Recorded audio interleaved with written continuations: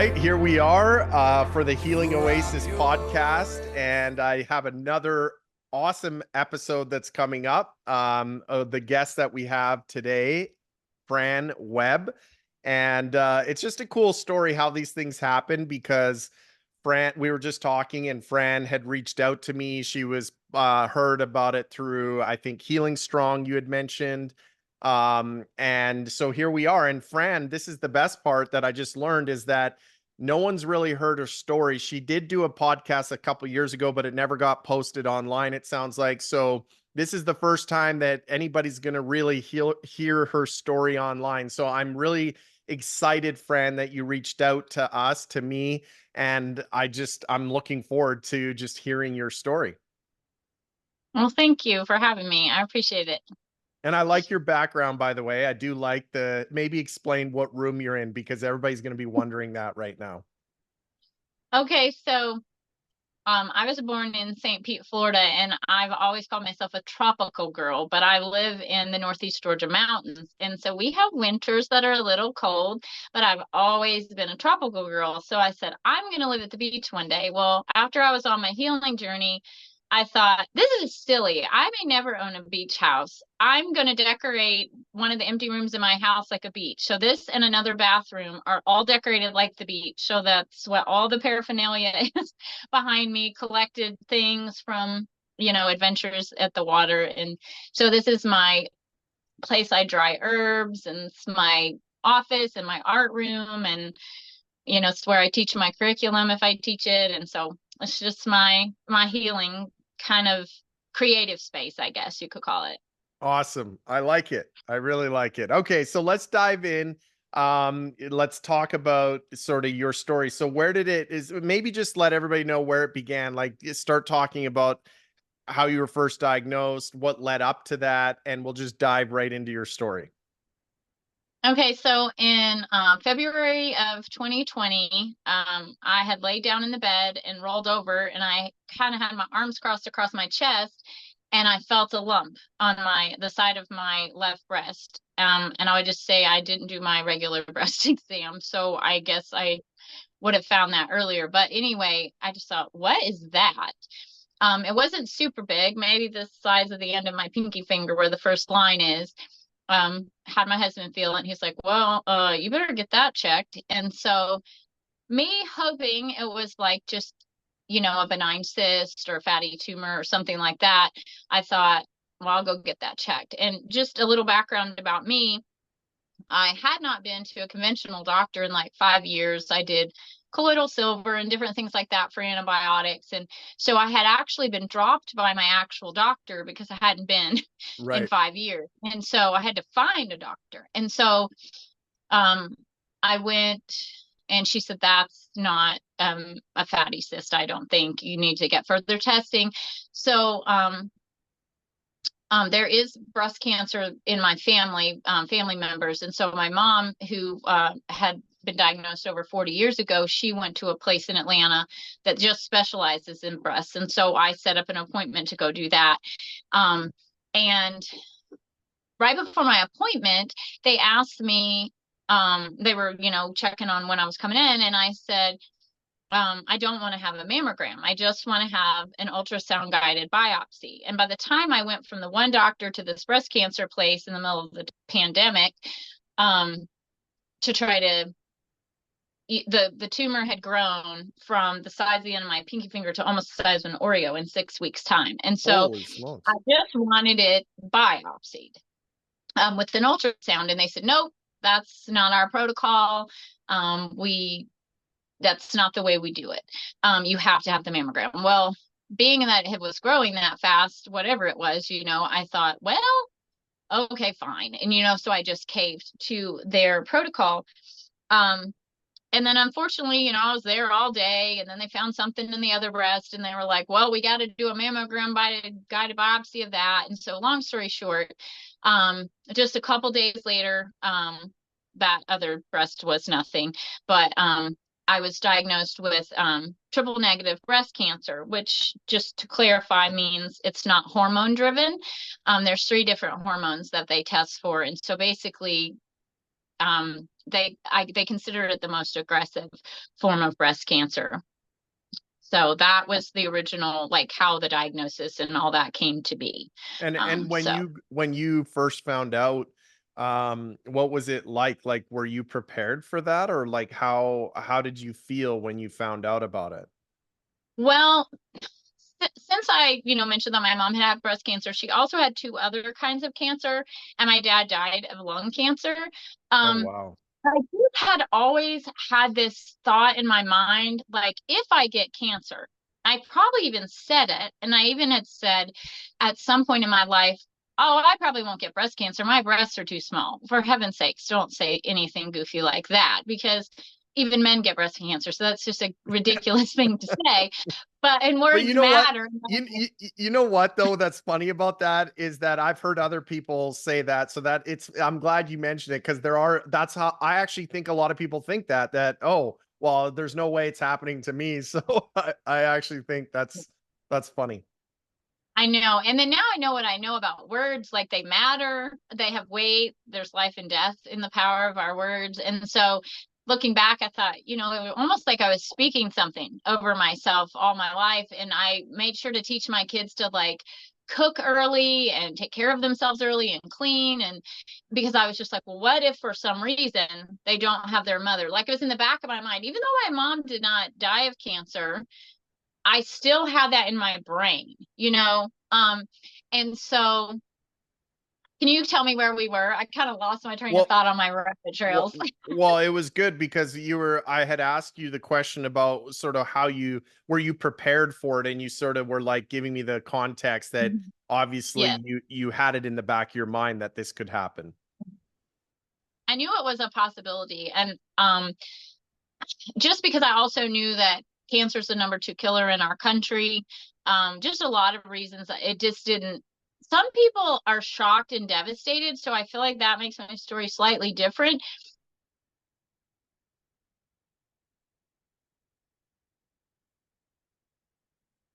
Oh,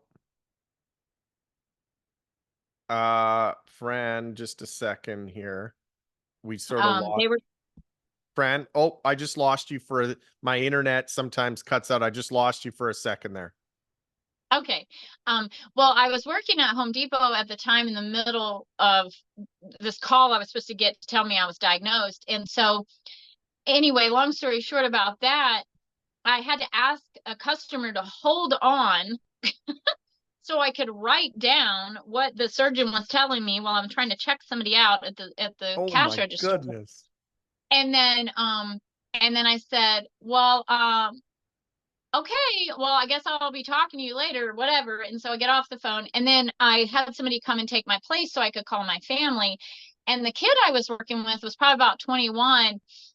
And I told him, what that phone call was for. And he said, wow, you're taking this rather well. And I was like, well, it's not going to take me out. I'm going to figure out how to heal. And he just was like, oh, and he just looked at me.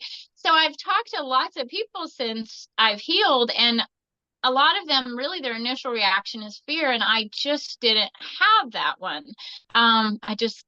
Because I just believe we're created to heal, and I just didn't know exactly how to go about it, but I knew I could. And I wasn't familiar with Chris Wark, so I had kind of followed his stuff with crispycancer.com. I kind of followed him, but I had never really implemented everything he said in prevention terms. And so it was like I knew, okay, this is possible. And I knew my mom had only had surgeries and was still alive. So I thought, I don't have to die from this disease. Like, Right. I don't have to. So I guess that's why fear was just not prevalent to me. Now, my family, that was a different story. So let me just ask, so did they give you a prognosis? Like, was this pretty bad? Like you said, it's probably the worst breast cancer you can get. So were they hopeful that if you did conventional treatments that it would be fine, or what did they tell you about that? They aren't they don't really talk to you in a hopeful manner. They just basically give you the protocol. Like, this is Right. what we're going to do to you. This is how we do this. And I was really careful with my wording because I had no intention of doing the conventional methods. So I didn't like lay out my plan. I just would say, so what's next? What do you guys do next? And so the surgeon that had done the biopsy laid out the protocol, which is chemo, double mastectomy, radiation. And she didn't tell me this, but the oncologist did, that I saw a couple weeks later. Remove your ovaries and then chemo pill the rest of your life. Oh my That's the goodness. protocol for triple negative. They basically throw the whole kitchen sink at you. Now, the reason they said double mastectomy for me was maybe where I went, but I've known women with smaller lumps and they just do a lumpectomy but because I guess of the size or whatever, they were like, well, we just better just take off the whole gamut and hope and so anyway, I would just stop them occasionally between the surgeon and then the oncologist 2 weeks later, and I would just say, can I ask a question? So like with the chemo, she said, one of the drugs could hurt your heart, but don't worry. We'll have you, under a cardiologist care, but we'll get started right away. And I went, just one question, and we're all under masks in 2020. And I'm like trying to read this woman's eyes, and I said, let me get this straight. So you're going to give me a drug that could hurt my heart, but you don't know if there's something wrong with my heart already. And she goes, oh, it'll be fine. And then she kept going. So anyway, I would just occasionally ask those questions, knowing that I was absolutely not doing that whole Right. insane protocol. Like, it was never an option in my brain to do all that. Right. But so anyway. Okay, so that gives me an idea of sort of what was happening when they're telling you the protocol.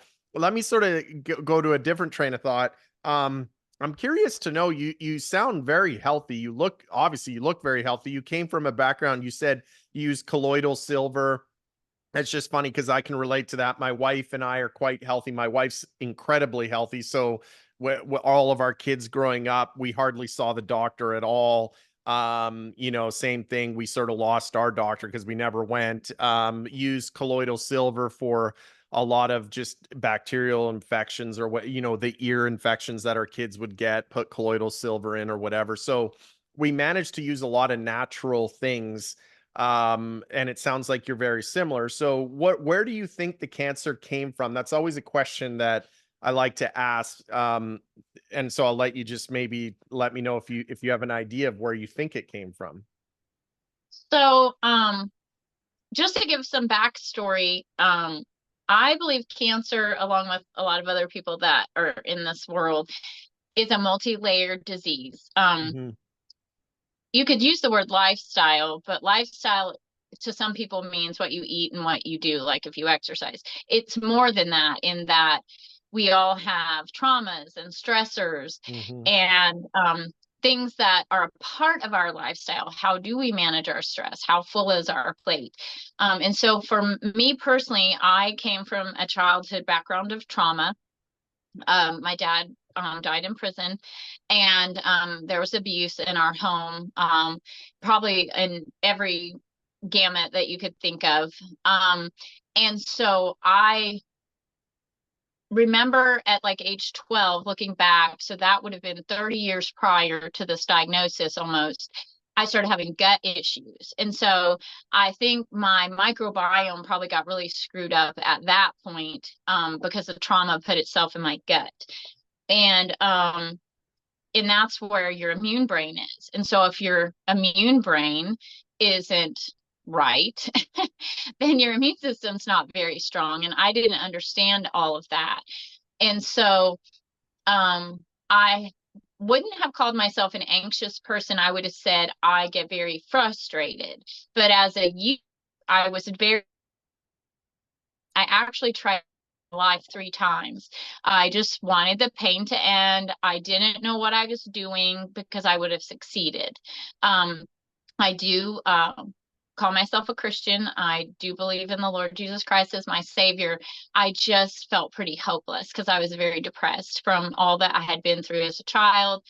And once I forgave my dad, I wanted to be alive. I wanted to live. I didn't Sorry, feel like. can I interrupt, friend? When did you forgive your dad? So give me an idea. And by the way, I think a lot of people, I'm glad you're sharing this part of the story because I just want to say that you're a beautiful woman. You look like you got everything together. And a lot of people, they just don't realize the pain that they've been through in their life and what they've been through. Just by looking at you, you would never guess that. So I'm very thankful you're sharing that because I think a lot of people will resonate with what you've been through. So could you dive a little bit deeper into the forgiveness thing because it sounds like, I just want to say something real quick that I've been betrayed recently in the last couple of years, probably the darkest time I've ever been through in my life, but it wasn't by my dad. My dad was my best friend. If he would have betrayed me, I would have been I don't even know how I would have handled it, but I was betrayed by people that were very close to me,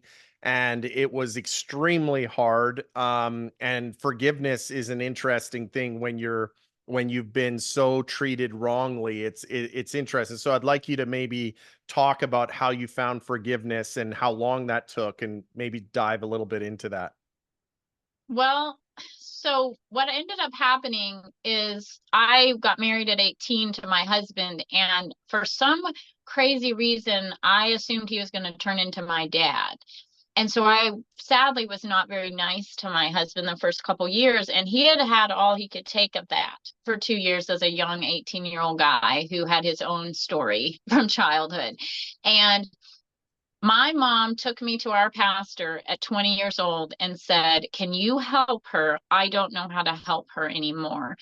And so that is when I realized, with my pastor's help, that I needed to forgive my dad because I was kind of lashing out at all those around me who were trying to love me because of all this pain I had. And some people have quiet pain, but I had pretty loud pain at that point. And um, so my pastor did a series of Bible studies with me on forgiveness, hatred, anger, sadness, and we just kept doing Bible studies for a year. And that is when I forgave my dad. And when he finally passed away, when I was pregnant with my second child, I guess I was 22. I actually had tears because I didn't know if he went to be with the Lord or not, if he ever got his life right with Christ. And so I not ever cried over my dad being out of my life. And so I knew that I had forgiven him because I cared about his soul.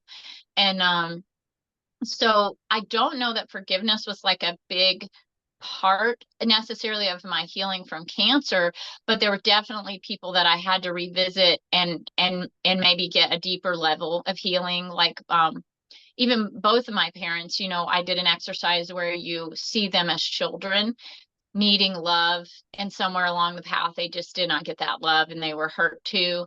And you imagine hugging your parents as children and saying, you deserve to be loved too. That was really good for me to do.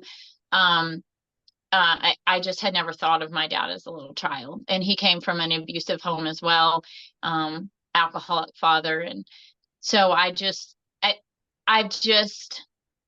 always tell the women I talk to, you've got to do the head work. You have to deal with your wounds and your trauma because your body will stick it somewhere. And I know it stuck it in my gut. And then now I know that with epigenetics, and kind of they've even done studies on breasts, like what breast is it going to go in, and if you're left-handed or right-handed based on paternal and maternal. And so I was left-handed, left breast. And so that's right where the father, husband, whatever would go. And so it's so weird how that works together. And I've asked women, because I usually talk to women with breast cancer, and almost every time it's exactly where it should be based on their trauma. Because I always ask for their trauma point and their stressor, like what was your stress tipper that tipped you over? And that's usually what it is. It could be another health crisis or issue, but most of the time it's a stressor or a trauma, something that Now, topples them over the edge. now I've heard the same thing, so I'm glad you're touching on that. Almost everyone I've interviewed, almost always they say they had to deal with some kind of emotional trauma that they've been through, or spiritual as well.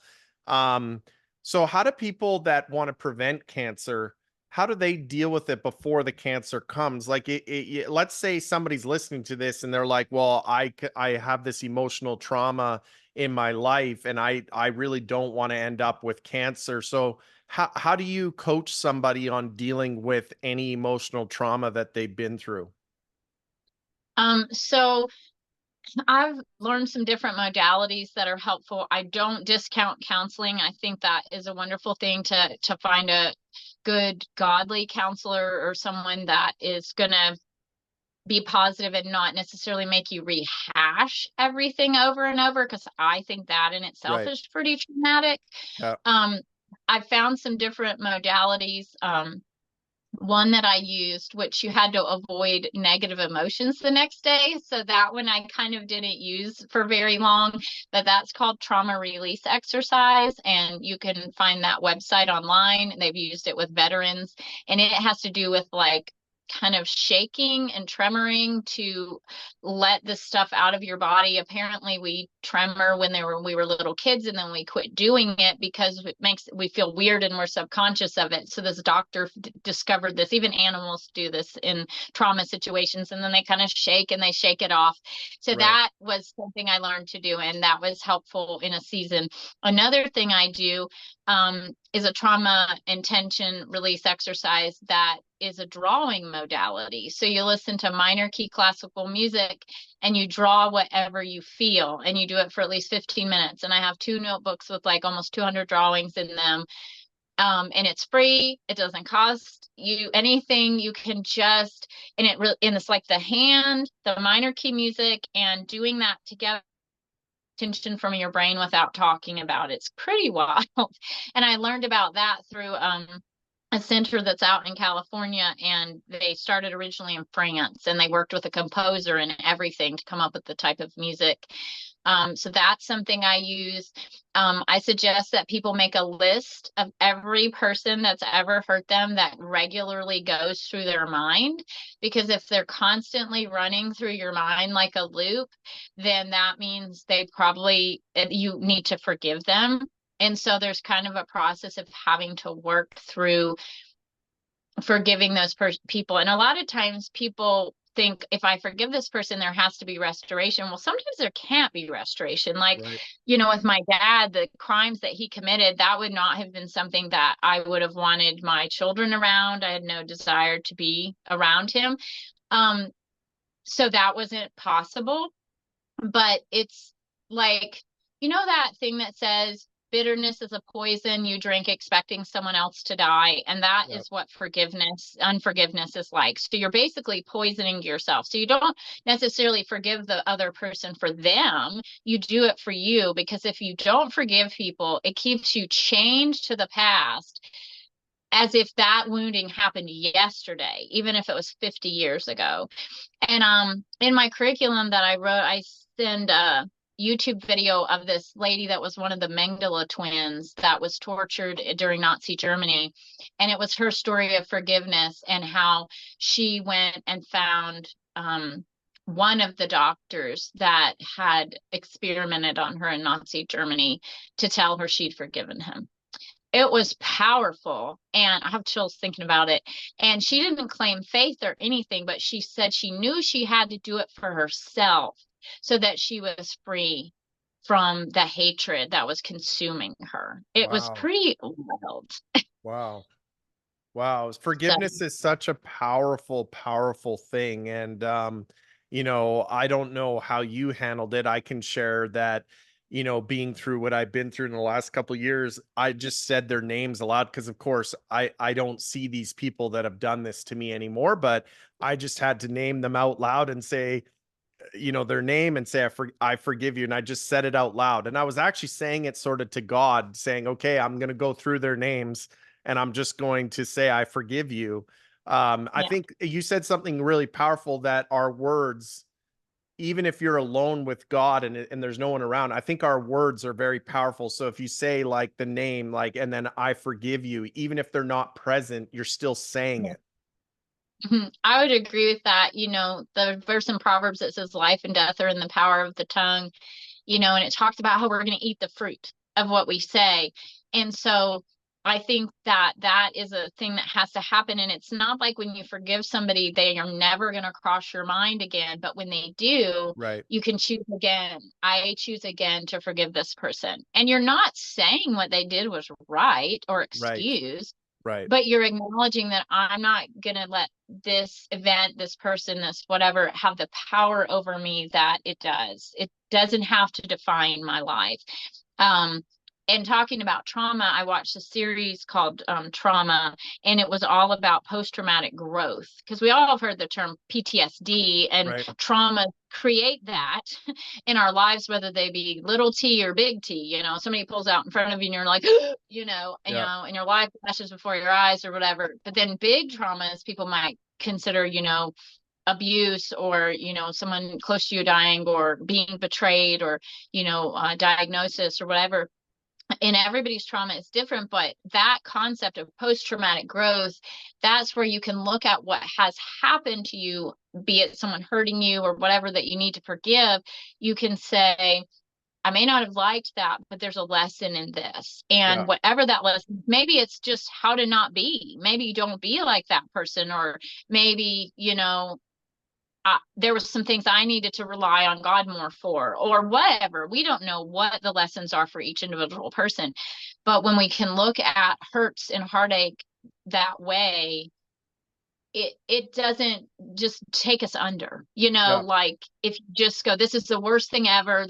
I'm never going to get over this. And so you're like saying that over your life.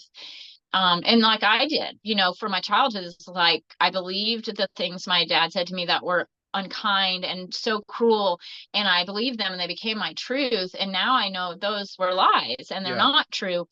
Just like whatever somebody did to you doesn't have to become your truth and your Yeah. defining moment. You can change the narrative that your brain Yeah. accepts and believes. I don't know about you, but I don't know how people can go through such darkness and hard times in their life, emotional trauma, without having a strong faith in God. Because what got me through it is what you just said, truth. And one of the verses that's my favorite, actually, was Chris Wark's favorite too. He told me, but and it says, "And God causes all things to work together for good to those who love Him and are called according to His purpose." And I've lived in this world long enough that I've told my wife I don't trust very many people. There's so many people have lied to me and betrayed me, but God has never lied to me. That's one thing He says is I cannot lie. Right. And we can, during the darkest times of my life, at least I have His promises that no matter how bad it gets, He's telling me that He's going to work it for my good. And I can say to anyone out there that is going through a hard time, like with even, I'm sure you can probably agree with me that when you put your faith in God, He does turn it to good. I don't know how He does it, but He does every time, and He's never disappointed. Sometimes it doesn't happen as quickly as I would like Him to do it, but He turns it into good. Well, and I had a different take on that. I heard in a sermon a few years ago that the good isn't necessarily like the thing is good, or it may even appear good to us later. The good is making us more like Jesus. Right. And that revolutionized the way I think, because that's who I want to look like as Jesus. And I realized before the cancer journey, I was still living in a lot of, I had used to be kind of an explosive person. And so I didn't have a voice as a kid. And so then after I forgave my dad, I was like, I have my voice now, and I'm not going to be a doormat, and so I kind of pendulum swing to the other direction. Well, what people don't realize, I don't think, is that when you let it out, you're not stuffing it in. And so it's a release of sorts, I'd say maybe go throw axes or box Yeah. instead. Don't yell at people.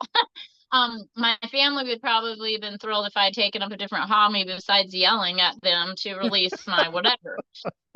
God bless him. But at least the Lord has worked in our relationships and I don't yell anymore. But in 2016, there were some things that went on in my life where I decided to stop yelling. I made a definitive decision. I was like, I'm not yelling anymore. This is not working. This is not good. This is not honor God. I'm not yelling anymore. So I started stuffing all my emotions.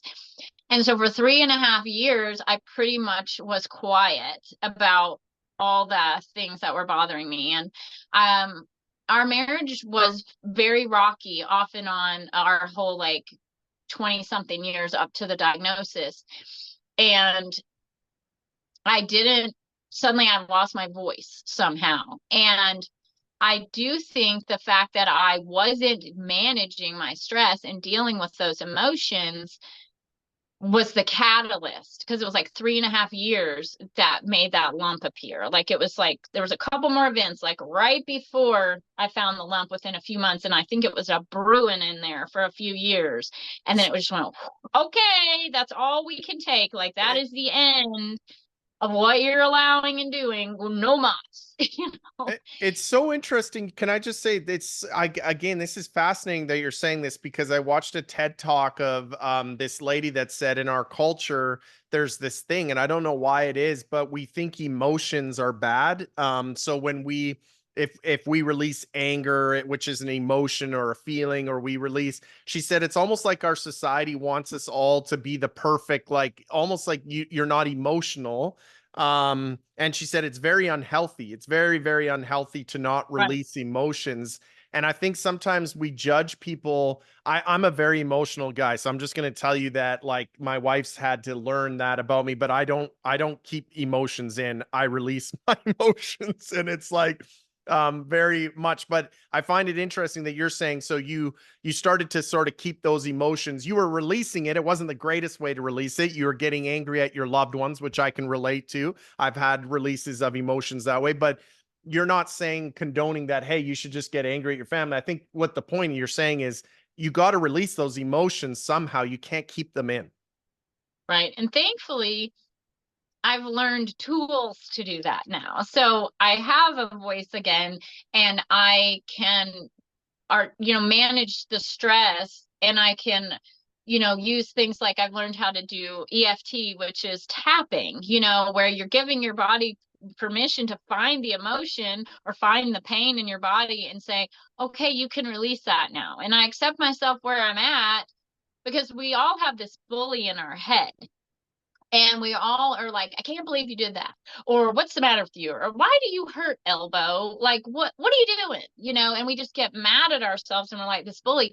But this gives us an opportunity to say, okay, exactly where I am, whether I'm angry or sad or blue or, whatever the emotion is that we don't particularly like at the time, we can just acknowledge it. We can hit on the pressure points, and we give our bodies permission to release that. And, I wrote a curriculum after I was evidence free, because I was like, what am I supposed to do with all this information of what I used?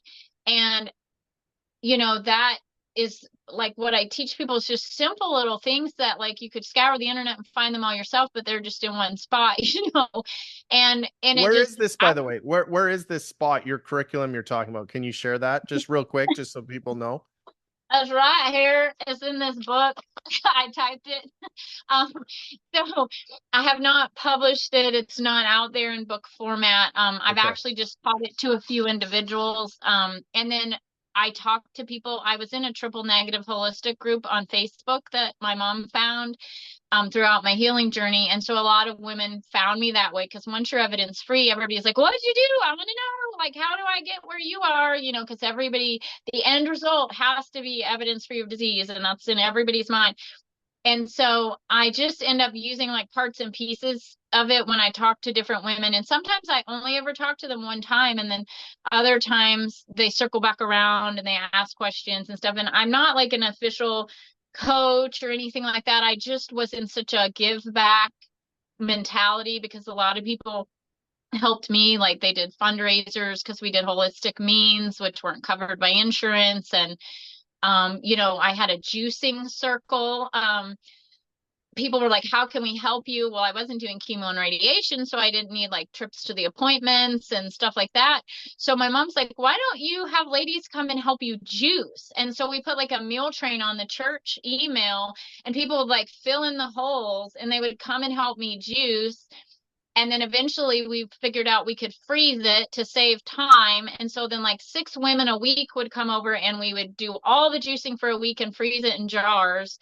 And maybe that's not the best. Maybe I don't know if Chris Work would approve, but that's what we had to do because I was working like 40 to 60 hours a week at the time, which I do not recommend to anyone who's trying to heal. So sorry. So when Not you had, that. hold on, let me just make sure I'm clear on this. So when you are diagnosed, you have the lumps in your breast. They want to do all these surgeries. You're telling me you're still working 40 to 60 hours?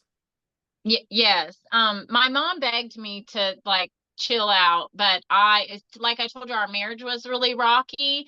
And so I wasn't sure, like I thought, I've got to be able to still have some income for myself, and I don't know what my future looks like. So I just kept working, hoping, that I could manage through all of this. And it was really interesting. I would go to work at Home Depot and I'd be really cheery, and they'd be like, "How are you doing today?" And I'm like, "I'm doing great," and I would just be real positive. But when I look back at my pictures, I didn't look so great. Like I had really dark circles. I'd gotten really thin. I was taking iron because my hemoglobin was low and it was liquid and it was like staining my teeth. So my teeth were like this weird purple color.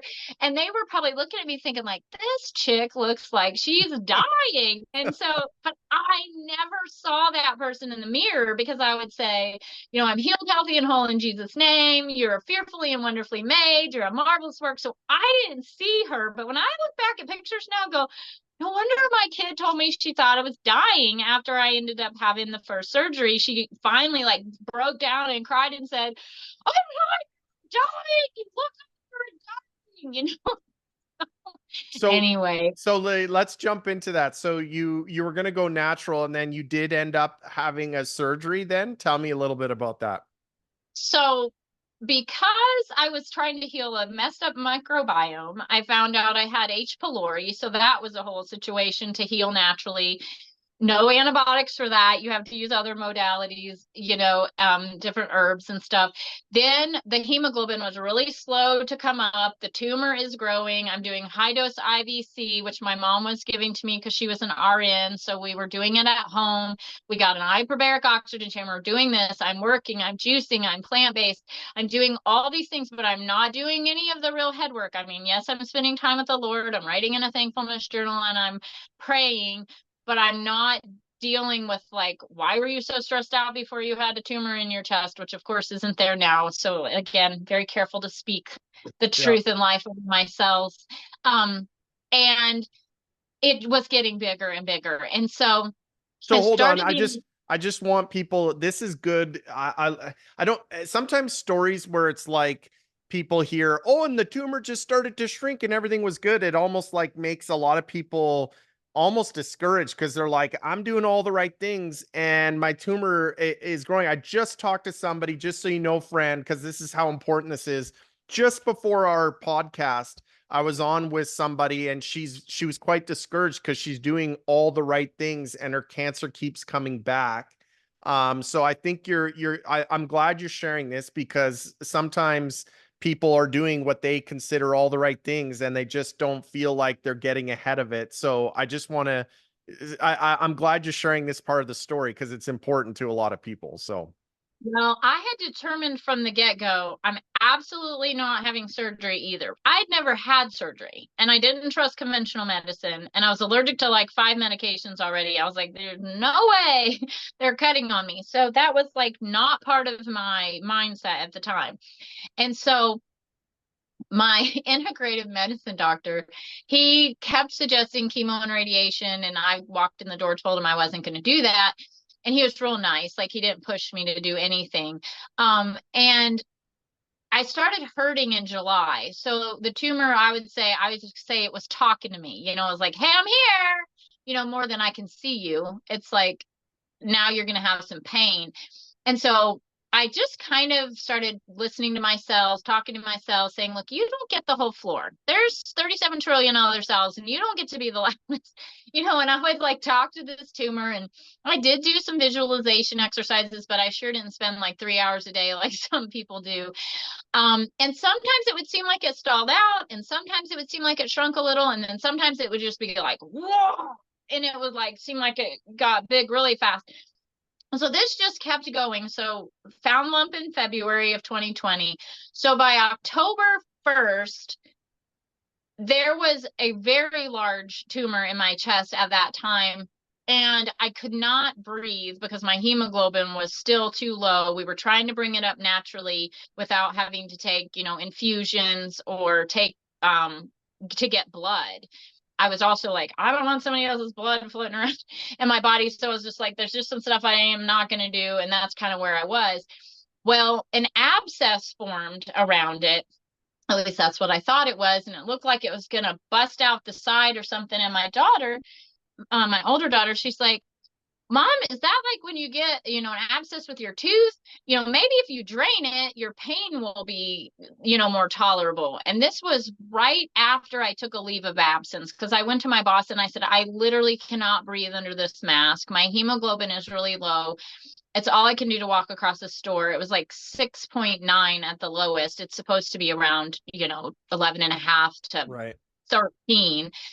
And, she's like, well, if you can't wear the mask you have to take a leave of absence. So I took the leave of absence, and that is when I think I didn't have something to distract me from the journey.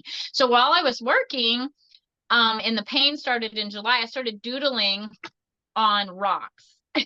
Landscaping rocks, and I would spend as much time as I could out in the garden center so I could like pull that mask down so I could breathe. And there'd be like rocks that would fall out of the landscaping bags, and they would bring them to me, and I would doodle on them with Sharpies, and I'd give them to customers and coworkers.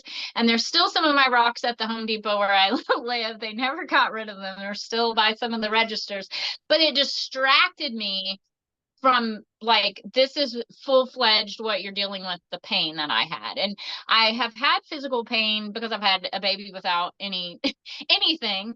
And it wasn't a short labor. And I've had other pain in my life, but it just didn't stop talking. And so when I was home on October 1st, it became like almost unbearable. Well, at the time, I didn't realize the tumor was dying. And so I think part of the pain was die off. And so that abscess formed. And so I went and decided to lance it. They lanced it. It came back with clean immune cells, so no infection. So I'm pretty sure my immune system was like, last ditch effort. Let's surround the thing, which I thought was pretty cool. I had watched it create a blood supply in my chest. I had 3 veins come up, and then I watched all 3 of them turn black. The pain I had was in my chest, my arm, my shoulder, my back, like this whole quadrant, Okay. And the only time was, Just hold on. So to get it to the point where you feel like it was dying off, you were doing juicing, a ton of juicing, high dose vitamin C. You were still working, although you took a leave of absence right at the time. Had you done a lot of emotional healing work? Not really. no, So that's the part I had. what do you contribute the tumor possibly starting to die off? What do you contribute a huge part to? Is it the juicing and the high dose vitamin C? I think the diet, the vitamin C was probably helping, the hyperbaric, just some of that stuff was helping it, die. But it was getting bigger though. It had outrun its blood supply. So it was like, now where do we go?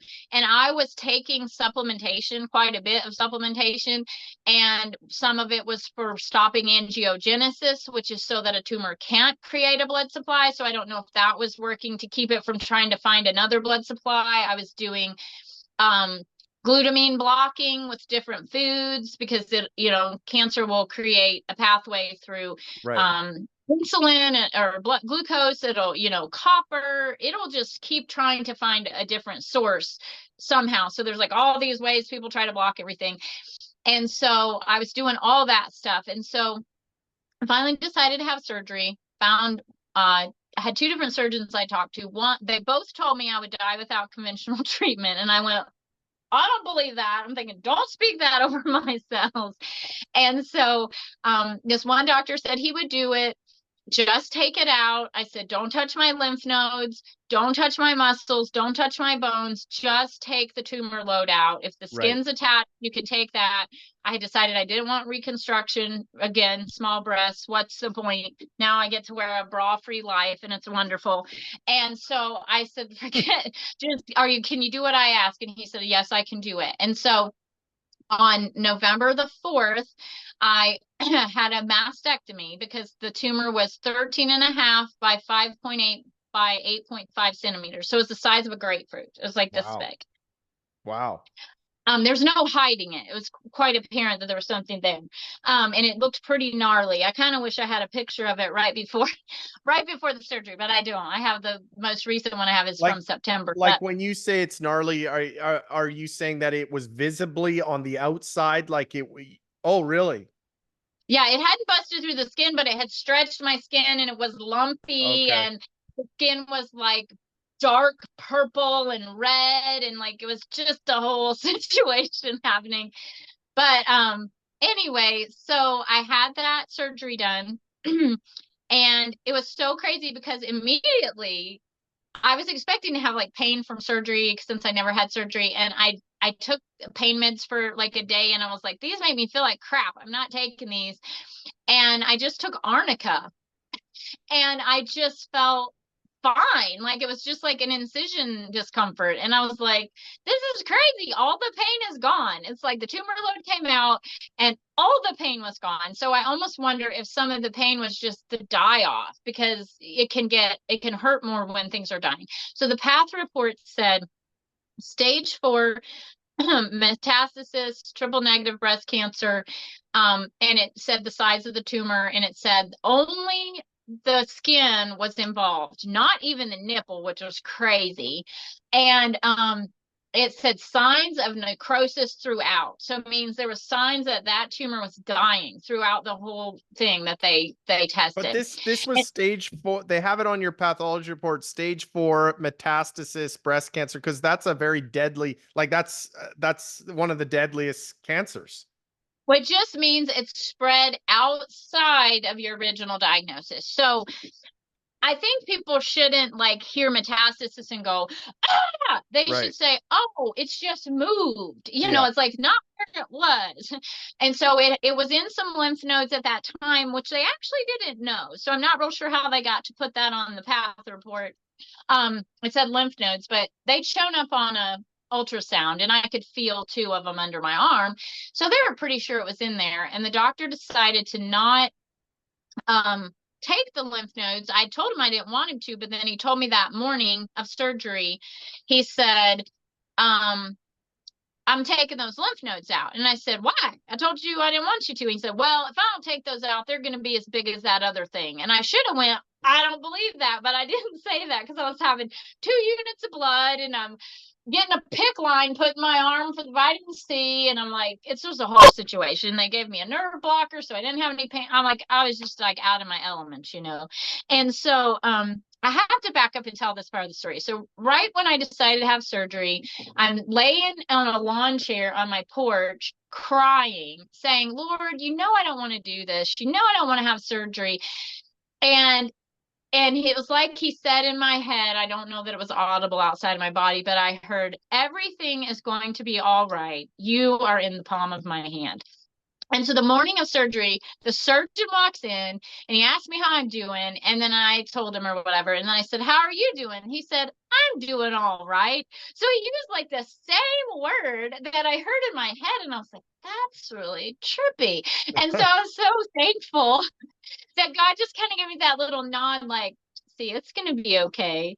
And I did turn out to be allergic to the antibiotic they gave me. So add another one to the list. Right. So can I ask you something, friend? So you got the surgery after it had grown and you're doing natural, and obviously you do believe it was working to a certain degree, even though it had grown.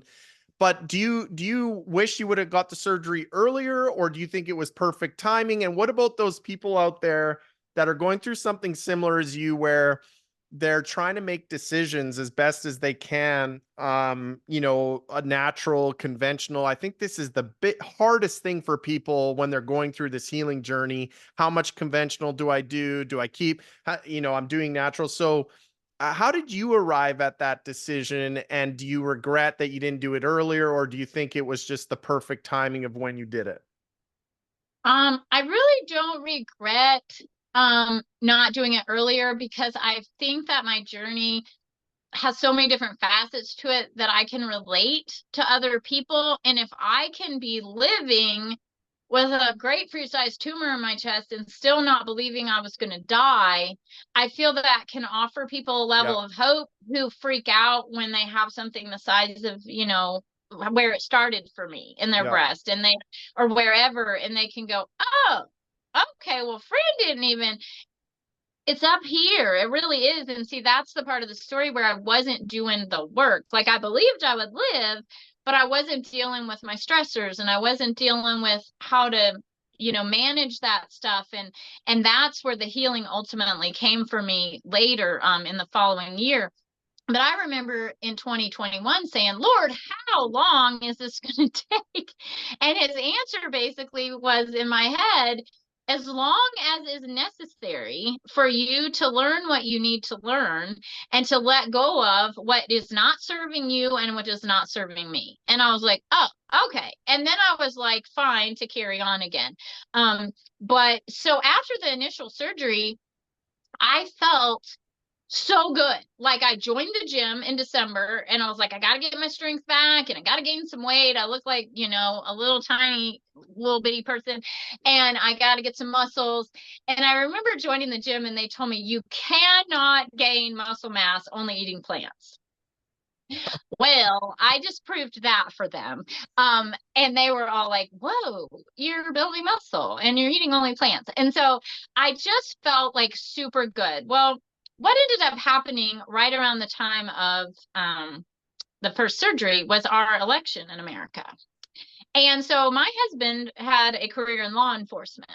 And so Okay. he had kind of come alongside me and been like, okay, let's get Fran well. We really hadn't worked on our marriage, but he's like, let's get Fran well. But when that happened, like, he emotionally left the building. Like, he was here, but he was not okay. Like, that was really difficult for him. And for 6 months following that first surgery, I was just like, let's help you think right. Like, God is in control and everything will be fine. And da da da da da. And so I like kind of abandoned my own head work. So I like kept doing the hyperbaric, and I was still doing IVC, and I was still plant-based, and I was still doing this.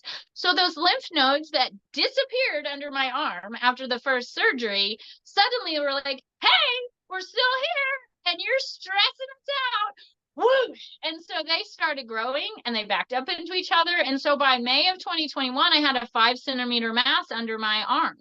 Okay, so this is by the way, everybody that's listening, I didn't even know your story, and I'm really, really appreciating this, because I'm telling you, so many people need to hear this, because people get discouraged so easily. Oh my goodness, I'm feeling good. I feel, and then boom, it comes back, right? So I'm just so glad that you're sharing all this with so many people that are going to be listening, because it's really going to encourage them. So at this stage, it comes back, and it doesn't sound like you're the kind of person that gets phased very easily, but are you discouraged? I mean, Well, I was like, what the heck? But then I think in the back of my mind, I knew, like, you're not fully doing what you need to be doing. Like, I kind of knew, but I really didn't know. Like, God had to give me another aha moment. So one of the practitioners I used was a lymphatic drainage specialist, and she was working on me, and she's like, I cannot really do anything with these things. Like, they're gomming up your whole works. There's a whole traffic jam in there. They create your antibodies and your white blood cells, and they take the trash away, and they can't go anywhere. And she's like, I did have one client that they backed up into her lungs, and I really wouldn't want that for you. And I wasn't doing it out of fear. It was more of a like, I already had one surgery. God got us through that. Let's just take them out and, unclog the traffic jam under there. because I wasn't quite sure where to go from there, because all that I was doing at the time, they were continuing to grow.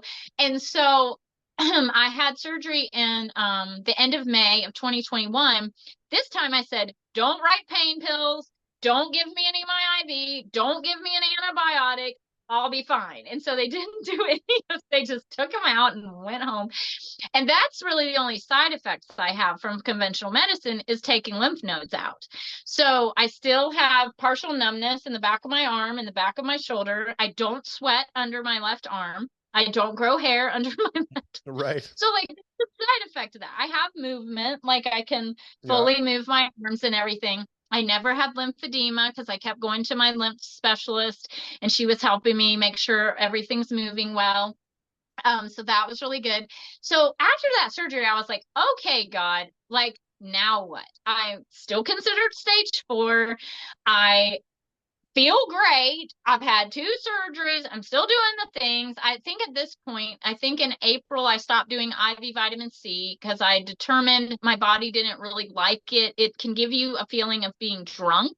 Right. And so I had moved down from 3 times a week to 1 time and lower dose, and slow down the drip to 4 hours. And I still would come away feeling drunk. And I really am very intuitive with my body, like foods and everything. And I was like, I don't think my body likes this anymore. So I told my integrative that, and he said, I would agree that's probably not benefiting you anymore at this point.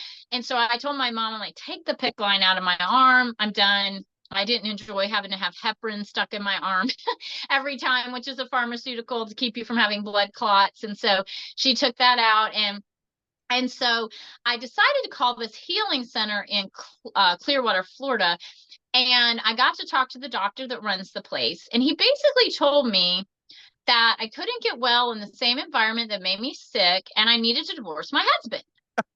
And I said, that's not going to work for me. That goes against my belief set.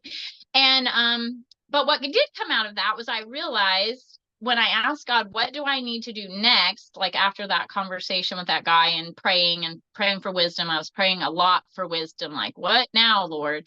Because the doctor told me, you're driving your own ship. Like, you don't have anybody driving your own ship. And he told me I was very arrogant. And I said, well, first of all, if I could find somebody that would drive the ship in the direction I want to go, I would gladly try to follow that person. But since we can't find that person, well, no, I'm not going to do anything that doesn't feel right in my gut to me intuitively.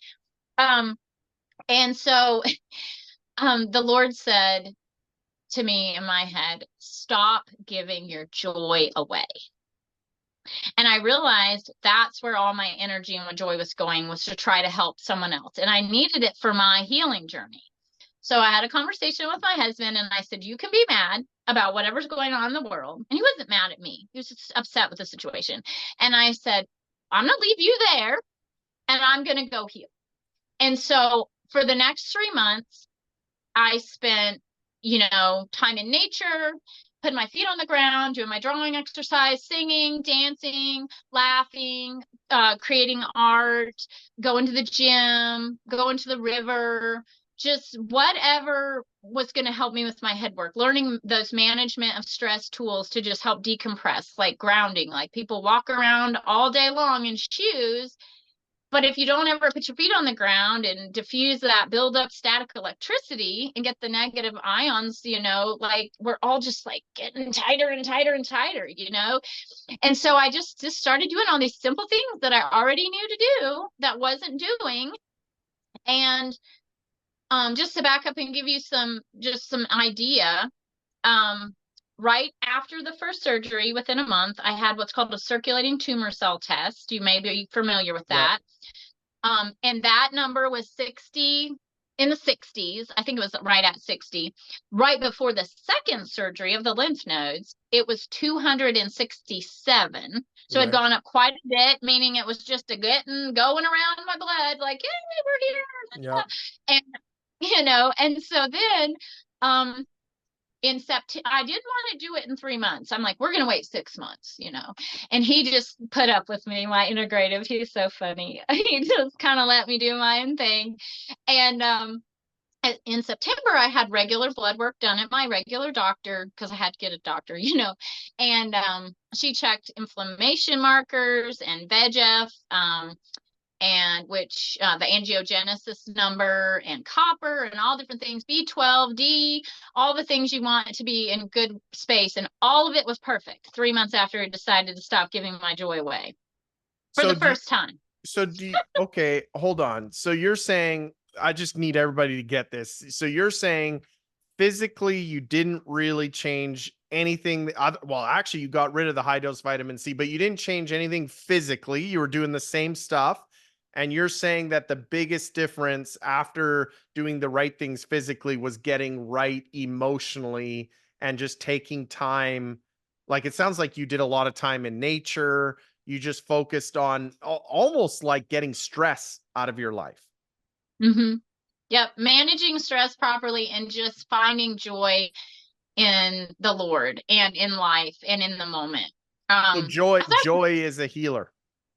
yes. And I was kind of talking to my husband about this before this interview.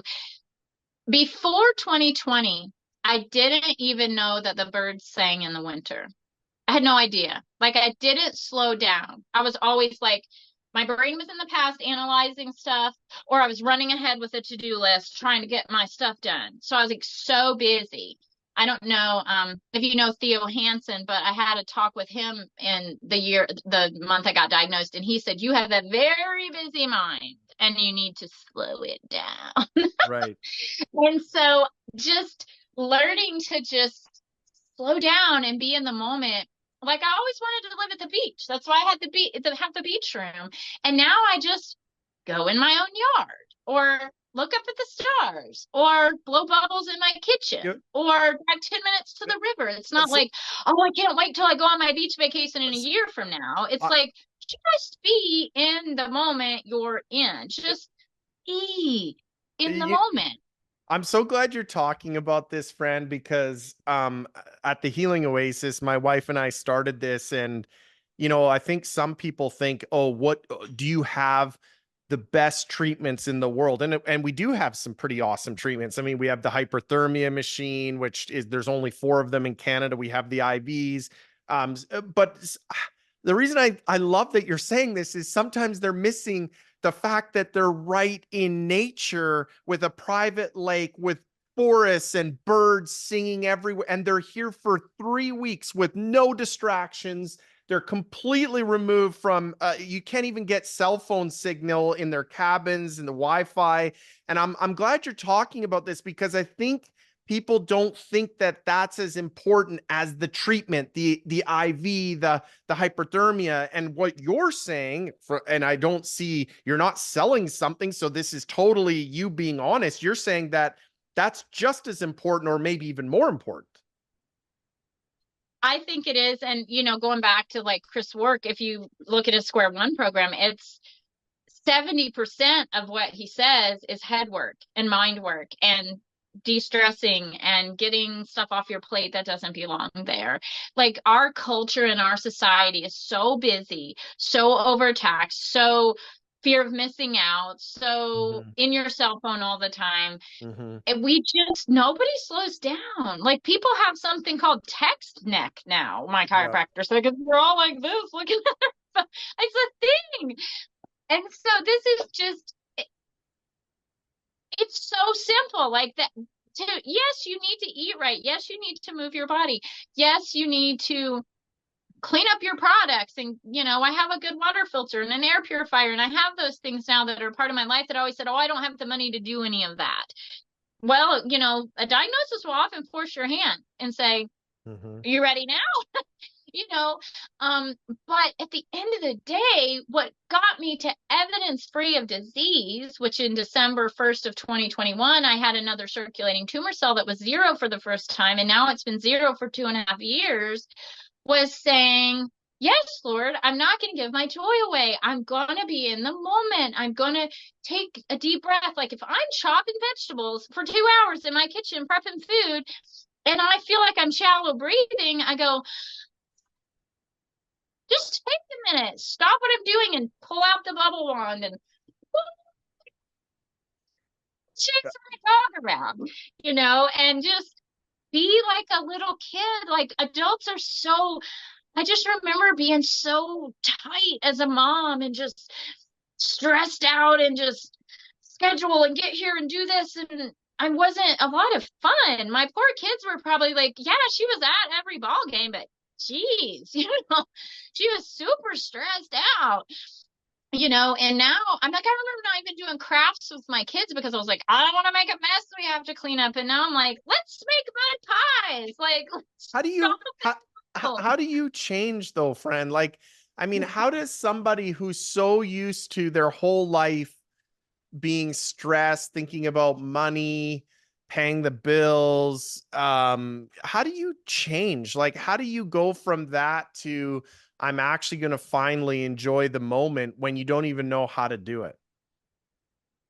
Well, I think for me, it had already been like almost a year and a half at that point where I wasn't enjoying the moment, even on a healing journey, but I already knew like what to do. I just had to start implementing it in some small way. So, for instance, I have a friend who has a really stressful life right now, and she had to go back to work full time, and she's got a lot of things going on. And I can't just throw like my whole curriculum at her and be like, hey, let's meet every week for 2 or 3 hours and let me teach you this. And you got to do all this application and blah, blah, blah. I said, you should stop on your way home every day from work and find a space without sprayed greens and sit down for 10 minutes and put your feet on the ground and take some deep breaths. I promise you, if you do that, in a month, you'll be more calm. One thing, one or two small things to start with.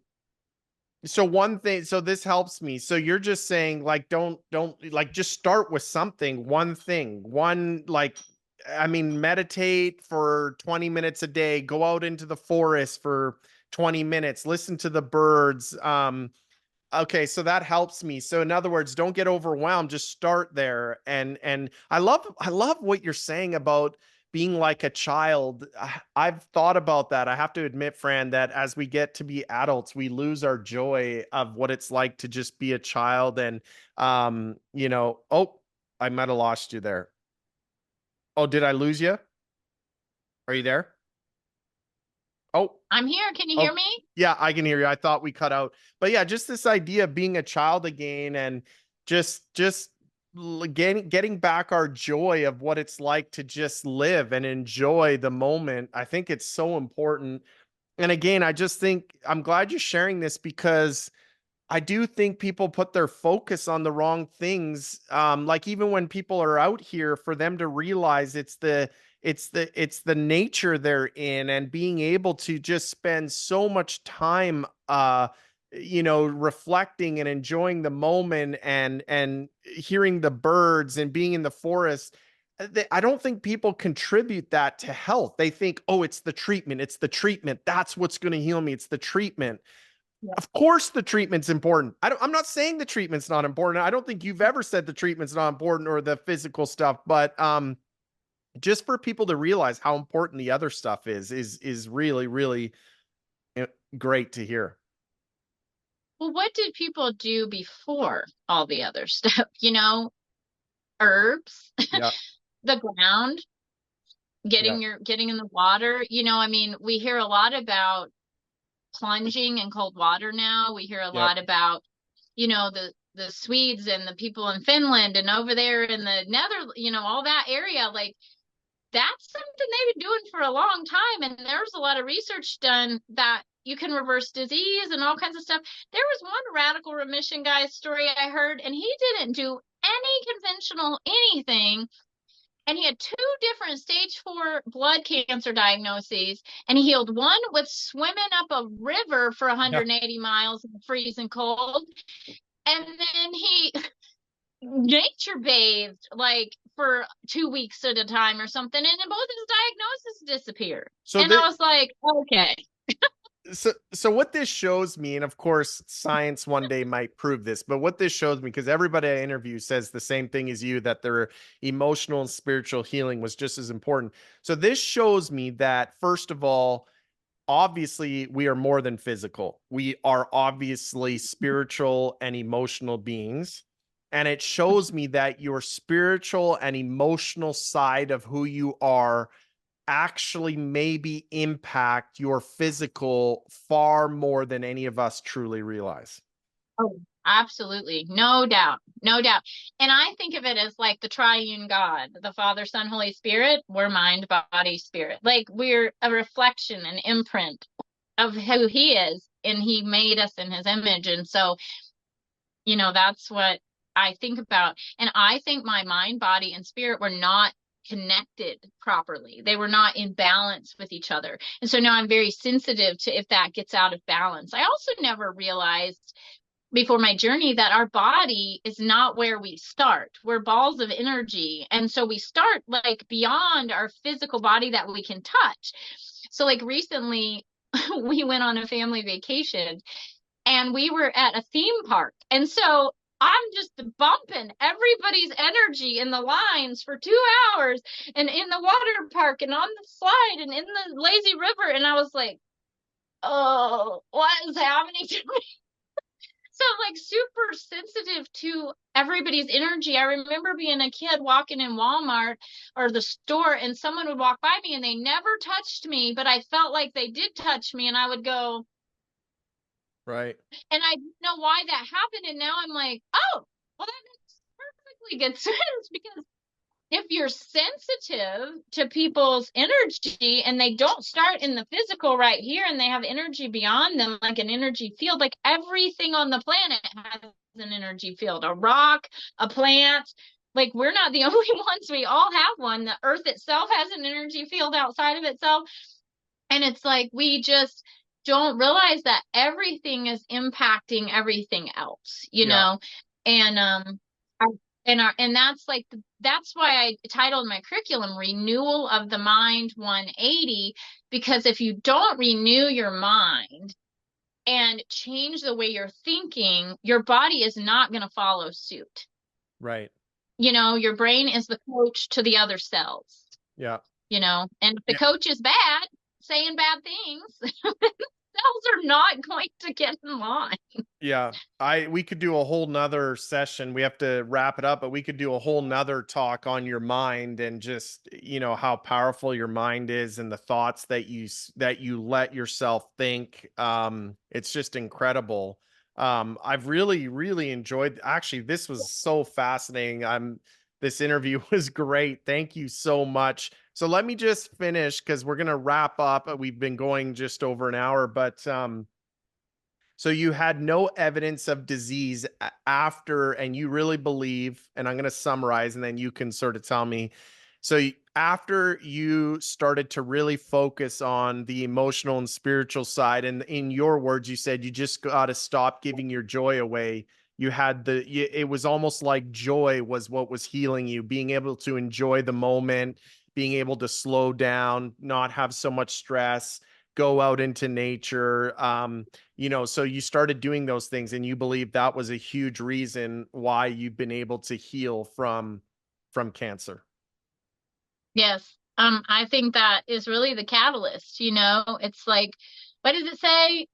This may be wrong, but where your joy flows, your energy goes, or something like that, so if your joy is all caught up in this world and just what isn't good, your energy flows there, and so I had a verse that was my theme verse on my journey, and it was Psalm 118:17, and it said, I will not die, but live and declare the works of the Lord. And so I think I look back and see, my first 41 years, just wasted a lot of time not really being present in my life that God gave me. I was living in the past or I was reaching to the future. And now I just want to use my time for his glory. I tell people all the time I'm going to live to be 120. They laugh. I said, well, there's a verse about Moses, and it says, and Moses died and he was old. He was 120. His eyes were not dimmed, nor his vigor diminished. Right. I said, what happened to dying for being old? Like, why do we have to die from a disease? Because that seems to be the norm. I'm not dying from disease. And I tell people, they'll say, I play pickleball. I had to bring up pickleball. And these older ladies are like, oh, you're just so young. And so now they've just recently learned my story after I've been playing with them for 3 months.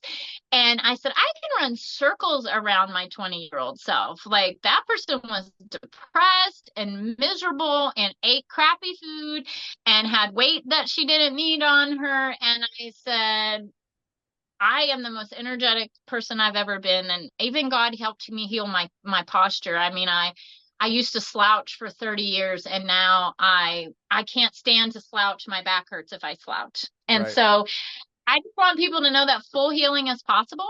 We were created to heal, and you just have to figure out how to do that. What does that look like to fully heal? And I'm not saying don't use, conventional modalities or other things.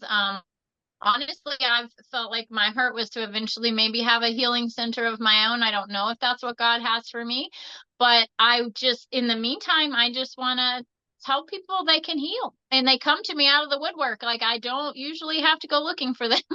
They come out of the woodwork to me, and some have been childhood friends. Some people have been people I never knew. I've spoken to a lady in Scotland, people in Canada. I have a lady for next week in Ireland, all over the place. I just think it's an opportunity for me to get to share Christ with the whole world, and I just wasn't in a place to do that before. I was too stuck in my own life and stuck in my own junk.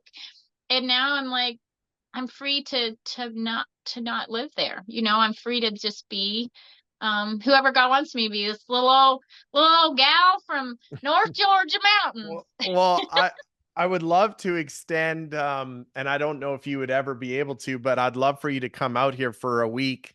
And obviously we would provide a place for you to stay and free, and you could just be with the guests and share your story for a week and have a vacation in nature. If you can make your way up here, that's a invite that I'll extend to you. That I don't know what your life is like, but I would love for you to be able to come up here and spend a week with us and have a little vacation while you're sharing your story with others. Thank you. I love to share my story. It's like that song, that hymn, I love to tell the story, about Jesus, and what he's done in my life. And I don't know. I just can't stop talking about it. I don't lead with my story anymore. Now I kind of let it happen more organically. But before I was just like, well, and now I'm like, let's lead with that story. Well, offline, we'll talk about it. We'll see if you can come out sometime. Like I said, I don't know what your life's like. And of course, your whole family's invited to come out, and we could try to make that work. But I really enjoyed this, Fran, and I know others probably got so much out of it. So thank you for sharing your story. Well, thank you for having me. I really enjoyed it. You made it easy, and I'm not nervous anymore. And so I was like, okay, I can do this in a bigger platform. Awesome. Good. Thanks, Thank Fran. you so much.